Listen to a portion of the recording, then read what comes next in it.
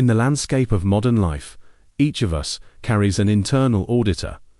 He usually waits until late at night, just as your head hits the pillow, to knock on your door with a cold, clinical list in his hand.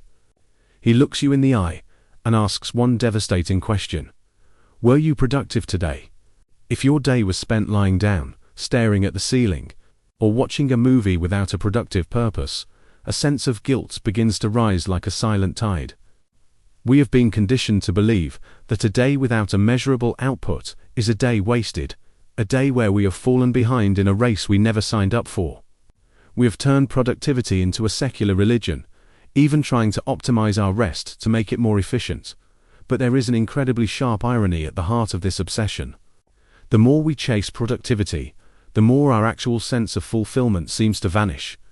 This isn't just a matter of having a bad mindset. It is a failure to understand the physical and cognitive logic of our own existence. Today on Agora, we are using the insights of Dr. Raymond A. Costabile and his work. The box is time to dismantle the curse of the efficient but empty life. To understand why you feel so empty, despite being so busy, you have to realize that most of our ideas about productivity are based on a misunderstanding of water. Dr. Costabile, an MD who understands time through the high-stakes lens of a surgical operating room, offers a cold, physical metaphor.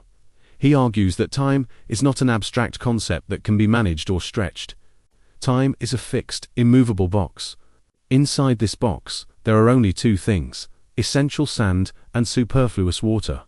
Water represents the trivial, the reactive, and the administrative tasks of life, the endless emails, the pointless committees, the surveys, and the mindless scrolling. Water is dangerous because it is fluid. It will effortlessly seep into every corner and crevice of your day until the box is full. When you spend your day treading water, answering 100 emails, and checking off 20 small items on your list, your productivity metrics look fantastic. You might even get a cheap hit of dopamine from crossing them out, but you don't feel happy. You feel like you are drowning because fulfillment does not come from emptying the water. It comes from the sand. The sand represents the heavy, irreplaceable tasks that push your life forward, deep thinking, meaningful work, or a soul-stirring conversation with a loved one. These are the things that provide a true sense of accomplishment. The tragedy of modern life is that we fill our boxes with cheap water and then wonder why we can't find any gold. We have traded the fulfillment of the sand for the frantic busyness of the water, and in doing so, we have turned ourselves into highly efficient hollow shells. Our anxiety is rooted in a false sense of omnipotence. We believe that if we just find the right app or the perfect framework, we can force the box to expand. But as a surgeon, Costabile knows that the box is a hard limit. This leads us to the most vital yet ignored concept in his work: the substitution principle. The principle is simple. If you add a new task to your box, you must remove an old one. It sounds obvious, but we almost never do it. Organizations and leaders constantly add work, but rarely take anything away, leading to a culture of drowning. We do the same to ourselves. We add self-improvement to our list without removing scrolling, and then we wonder why we feel like we are breaking. By refusing to practice the substitution principle, we are essentially trying to defy the laws of physics.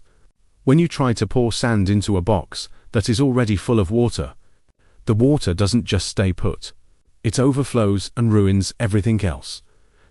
This brings us to the most painful point of modern existence: the uncontrolled overflow, or what Costabile calls the sluices. When you refuse to manage the contents of your box, the pressure eventually breaks the gates. Work begins to spill into your nights, your weekends, and your family time. In this state, you are neither productive nor fulfilled. You are in a half-power mode. You might be playing with your children, but your mind is replaying a spreadsheet. You might be lying down, but your hand is reaching for your phone to check a work notification. This isn't rest, it's a productivity debt.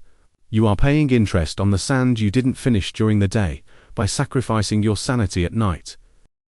The resulting burnout isn't a sign of weakness.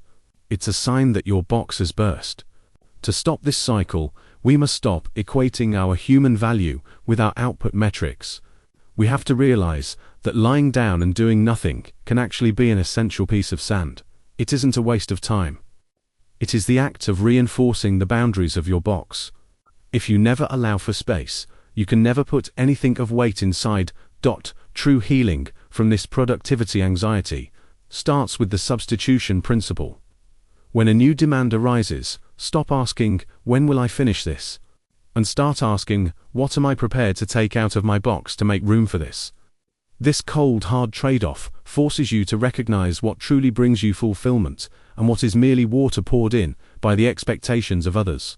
Fulfillment has never been about how much you can do. It's about what you have the courage to refuse. It's about guarding those immovable boundaries so that the water doesn't wash away your soul. Stop asking, "Am I productive?" That's a question for a machine. Start asking, "Is my box filled with my sand or someone else's water?" Once you accept that the box is fixed and that you cannot do it all, the crushing pressure to be everything till everyone finally begins to fade. Allow yourself to be messy. Allow for gaps in your schedule. That isn't a failure of productivity. It is the very definition of being a free human being. This is Agara. We'll see you next time.